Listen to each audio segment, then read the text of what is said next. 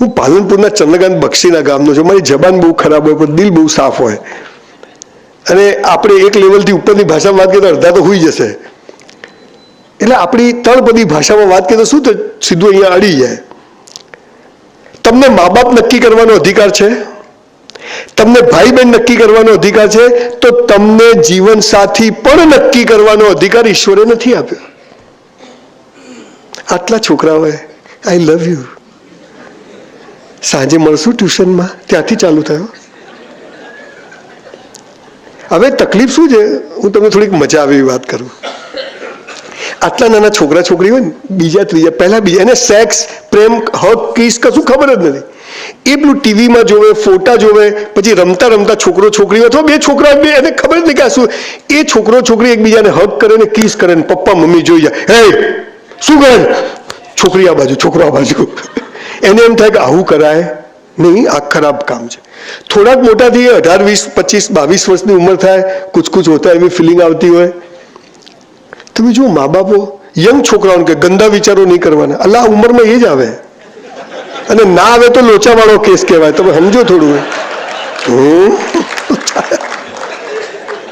થોડાક મોટા થાય, 18, 20 વર્ષના થાય, કોલેજમાં જાય, મસ્ત કોલેજમાં ભણતા હોય, છોકરી ગમી જાય, હે પ્રેમ થઈ જાય, ગેટ પાસે ઊભા હોય, બે જણા ઝાડ પાસે બેઠા હોય, વાતો કરતા ને એવામાં જ કોઈ કાકા કે કોઈ પ્રોફેસર નીકળે, તમને આના માટે અહીંયા મોકલ્યા છે, છોકરી આ બાજુ છોકરો આ બાજુ. નાના હોય ત્યાં નહીં કરવાનું, 22 વર્ષે નહીં કરવાનું. હું અહીંયા આવ્યો, કોઈને કોઈ સરસ અહીંયા રૂપાળા બેન બેઠા હોય, એમને મળ્યો, વાતચીત કરી, હાય હેલો કેમ છો. હું કાલે સવારે એરપોર્ટ પર બહાર જતો, હું એરપોર્ટ પર પેલા બેને એરપોર્ટ પર આવે, હું એને વાતો કરતા ત્યાં પેલા અંકલ આવે, અલા સંજયભાઈ આવું ઉંમરે અલા કરવાનું ક્યારે. આ એક આખી ચાલે છે. એમાં બધો દાટ વળ્યો છે. અમારા અમદાવાદમાં લો ગાર્ડન છે અને પરિમલ ગાર્ડન છે. ત્યાં 7 વાગ્યા પછી છોકરા છોકરીઓ પ્રેમ કરવા આવે, તો હું જોવા જઉં. આપણે કરેલો નહીં, કરે છે શું. મા બાપે મોકલ્યા હોય કે સિટીમાં જશે, ભણશે, પીજીમાં રહે, હોસ્ટેલ, આ ત્યાં. 7 વાગે એટલે એક બાઈક અહીંથી ઊભું રહે, છોકરી એક્ટિવા પર આવે, બંને ઉતરે ને બે ઝાડ પાછળ જાય, તો હું આમ કરીને જોઉં આવું. પછી છોકરી છોકરાનો હાથ પકડે, પછી શું આ જુઓ આ પ્રેમ ને લગ્ન. એકચ્યુઅલી શું છે, આપણે અંગ્રેજી બોલવું તો સ્પેલિંગ આવડવા જોઈએ. સ્પેલિંગ ના આવડે તો અંગ્રેજી આવડે નહીં. અને પછી કેવું આવડે, બાઇક લઈને જતા પડી જાય તો કે ડેમેજ થઈ ગયો, એટલે ઇન્જરી કહેવાય. અને આપણી ગુજરાતી માતા તો અંગ્રેજીની પથારી ફેરવી નાખે. બેટા લેગ્સ ફોલ્ડ કરી દે, પેલો આખો ફોલ્ડ થઈ જાય બિચારો. પછી છોકરી છોકરાનો હાથ પકડીને એકબીજાને શું કહે ખબર, જો બકા તારે મને પ્રેમ કરવાનો, હું તને કરું. તારે કોઈને નહીં કરવાનો, હું કોઈને નહીં કરું. આ કેવી વાત થઈ, બે વેપારી ભેગા થાય. તારે મને માલ વેચવાનો, હું તને વેચું. તારે કોઈ નહીં વેચવાનો, હું કોઈ નહીં વેચું. એટલે બે ભિખારી થશો, બે ભિખારી થશો. બે સ્વતંત્ર વ્યક્તિઓ ભેગી થાય છે અને બંને એકબીજાને ગુલામ બનાવે છે, અને ગુલામ કદી પ્રેમ કરી શકે નહીં. અને એટલો લગ્ન જીવનો સડી ગયા છે કે જ્યાં સિક્યોરિટી, આપણે શું પ્રેમ આવ્યા પછી તરત સિક્યોરિટી જોઈએ, અને જ્યાં સિક્યોરિટી હોય છે ત્યાં પ્રેમ હોતો નથી. આ સમજણ પર બહુ મોટો વિષય છે, પણ જીવન સાથી નક્કી હોય છે અને એના માટે ટાઈમ બગાડવો નહીં. અને ગમે તેવું ખરાબ પણ મળ્યું હોય તો આજીવન એની જોડે પૂરું કરવું. અને જો છૂટાછેડા લીધા તો બીજા જન્મમાં એ જ મળશે. કે પેલા ઝઘડા બાકી હોય તો પતાવવા પડે ને અંકલ, જે બબાલો બાકી છોડી છે.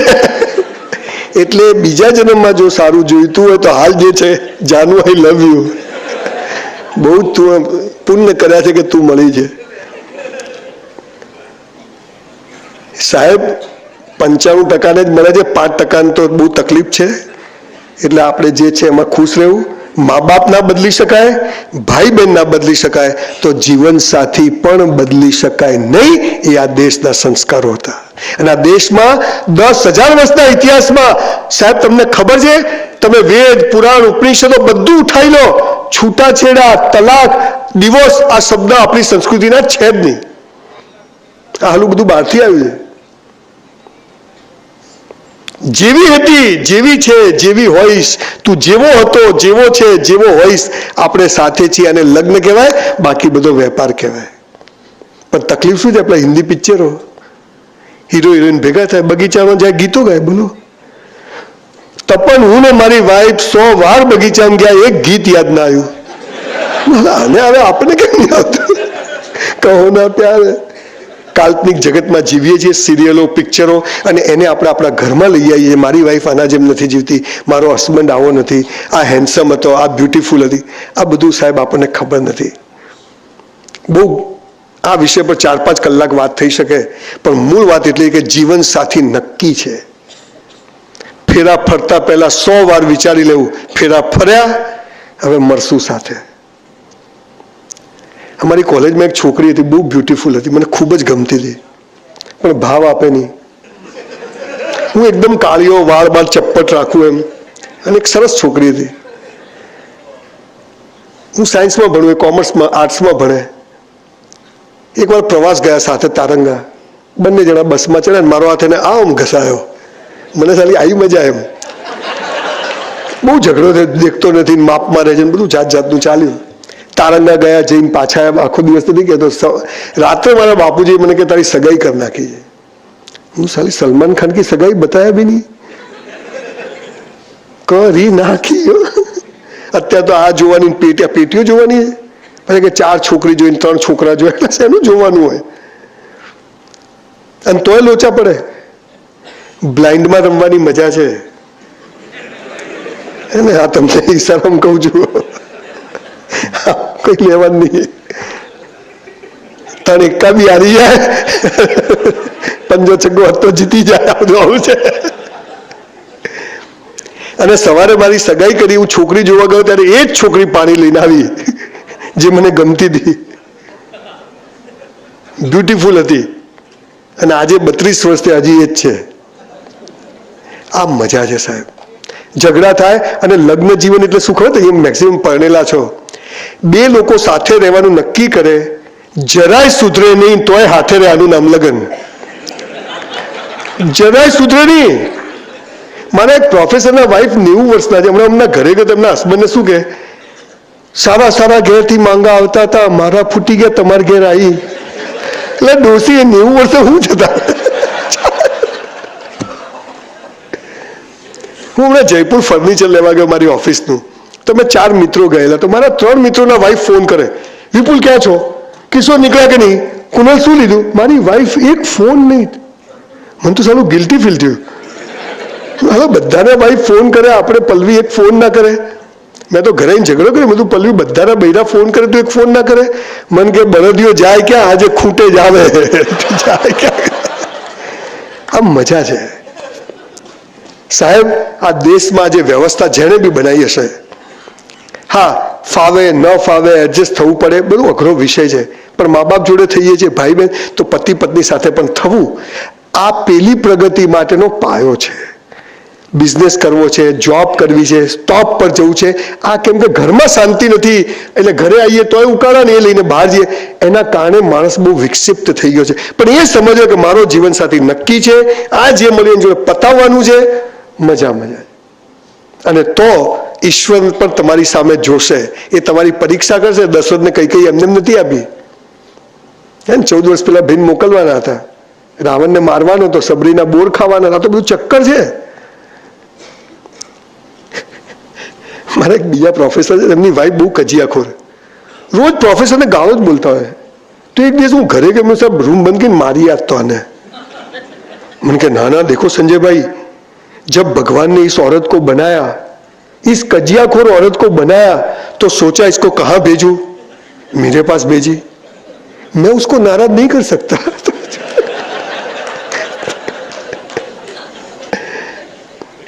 સાહેબ જ્યારે નુકસાન કર્યું ત્યારે મંગળસૂત્ર દાગીના પણ વેચવા વાળી એ પત્ની જ હોય છે. તમારા ખરાબ સમયમાં એ પત્ની જ હોય છે, જે આપણી દરેક વસ્તુને સહન કરી અને આપણે એને દુઃખી કરીએ તો ભગવાન આપણને ક્યાંથી સુખી કરે. જેવી છે પરણતા પહેલા વિચારવાનું, પરણ્યા પછી ના ફાવે મોદી સાહેબની જેમ રહેવું, નહીં તો રાહુલબીન જેમ જીવવું. વાજપેયીની જેમ જીવવું, પણ જીવ્યા તો સંજયબીન જેમ, જે છે બહુ સારી છે બકાતું. એટલે આ બધી વાતો છે. અને છેલ્લી વાત, તમારા બધાનો શનિવાર છે, સાંજે પાર્ટી બધું ચલાવવાનું હશે. આ દેશમાં એક શબ્દ છે મોક્ષ, હે ને? ઇસ્લામમાં જેને કયામત, મોક્ષ એટલે શું? આ આપણને એમ કે આપણે મોક્ષને શું, અરે મોક્ષ માટે જ મનુષ્ય બન્યા છે, અને જીવતા મોક્ષ લેવાનો છે, મર્યા પછી નહીં. તો આ વિશે આપણને કોઈ કહેતું નહીં. બસ બધું છોડી દો, સંસાર બેકાર છે, સંસાર ટોપ છે, કશું છોડવાનું નથી પણ કશું પકડવાનું બી નથી. તમે જુઓ, લોકો પહેલા સ્ત્રીઓ પાછળ દોડે, પછી સ્ત્રીથી દોડે. પહેલા પૈસા માટે દોડે, પછી પૈસાથી દોડે. પણ મોક્ષ એટલે આમ કે આમ દોડવાનું બંધ થાય ને એને મોક્ષ કહેવાય. કશું પકડવાનું નથી, કશું છોડવા, જો હૈ સો હૈ. તમને ઉત્તમ બે દ્રષ્ટાંતો આપું મોક્ષના, તમારી વ્યાખ્યા મળી જશે. સરદાર પટેલ નામ સાંભળ્યું છે? દેશનો ગૃહમંત્રી. 42 વર્ષે પત્ની મરી ગઈ, બીજા લગ્ન ના કર્યા, અને જ્યારે મરણ પથારી હતા, મણિબેન એમની સાથે, એમની દીકરી, એ સરદાર પટેલ મરણ પથારીએ પડ્યા ત્યારે મણિબેનને કીધું કે મણી, હું મરી જઉં ને સાહેબ, એ સરદાર પટેલ કે 550 રજવાડાઓને ભેગા કર્યા, બધા પાસેથી 1-1 કરોડ લીધા હોત ને તોય 550 કરોડ એની બેંકમાં પડ્યા હોત. બધા રાજાઓ પાસેથી 1-1 પેલેસ લીધો તોય 200-500 મકાનો હોત. ખાલી 250 રૂપિયા બેંક બેલેન્સ, અને એ પણ સરદાર પટેલ મણિબેનને એમ કે મણી, હું મરી જઉં ને તો આ સરકારમાં જમા કરાવી દેજે, અને તોય 3000 કરોડનું પૂતળું બનાવવું પડે ને, આનું નામ મોક્ષ. આનું નામ મોક્ષ. ગાંધીજી, આપણે ગમે તેવી વાતો કરી છે ગાંધીજી માટે, આપણને ખબર નથી. એક પોલીસ વાળાને આપણે સામે નથી બોલી શકતા. આ ગાંધીને જ્યારે લંડનની પાર્લામેન્ટમાં બોલાવે ને કે સૂટ પહેરીને આવજો, ગાંધી ગયો ખાલી ધોતિયાને કપડું લઈને, ત્યારે પેલા વાઇસરોએ પૂછ્યું કે વેર ઇઝ યોર ક્લોથ્સ, મજાક કરી. ત્યારે આ દેશનો ગાંધી જવાબ આપે છે કે અમારા દેશના, મારા નહીં, મારા આખા દેશના કપડાં તો હાલ તમે લઈ ગયા છો. આ તાકાતવાળો ગાંધી, જેના છોકરાના 5 વાર કપડાં બદલાવવામાં આવતા હતા સાઉથ આફ્રિકામાં, એ માણસ ધોતિયું પહેરીને દેશમાં આવી ગયો દેશની આઝાદી માટે.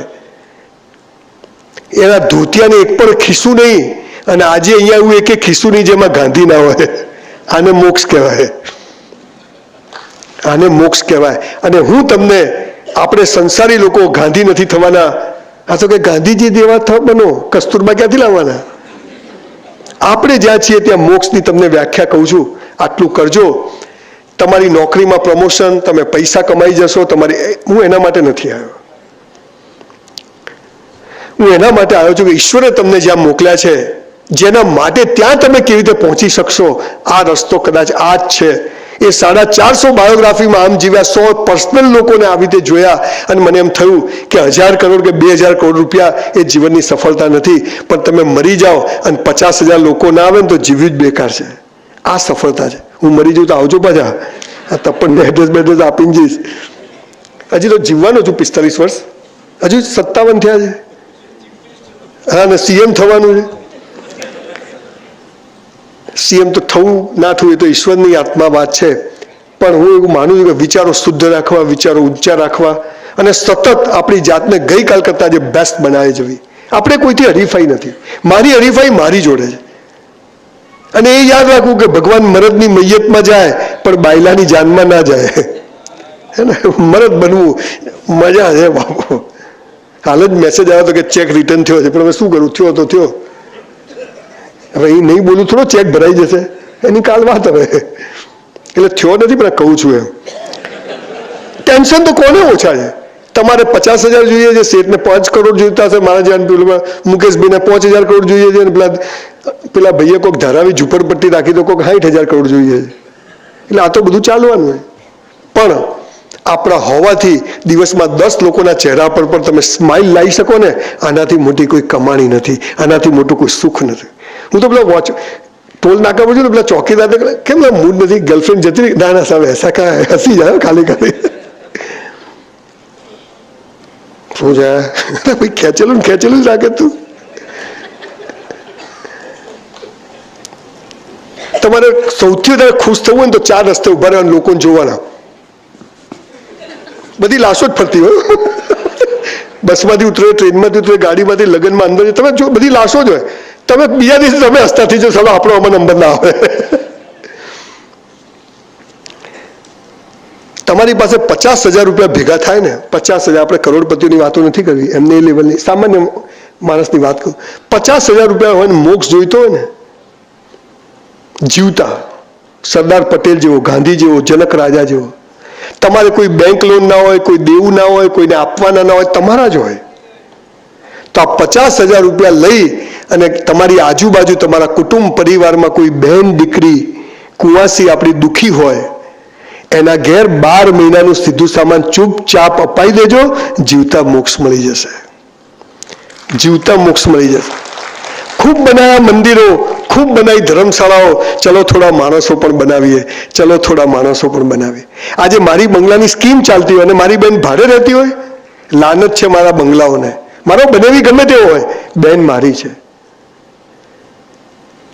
હું મર્સિડીઝમાં ફરું, મારી બેન પાસે સ્કૂટર ના હોય, લાનત છે મારી મર્સિડીઝને. ભલે મારો બનેવી ગમે તેવો હોય, પણ આ ભાવ પેદા થાય એ આ દેશના સંસ્કારો, અને આ ભાવ તમને જીવનમાં ક્યાં લઈ જશે તમને ખબર નથી.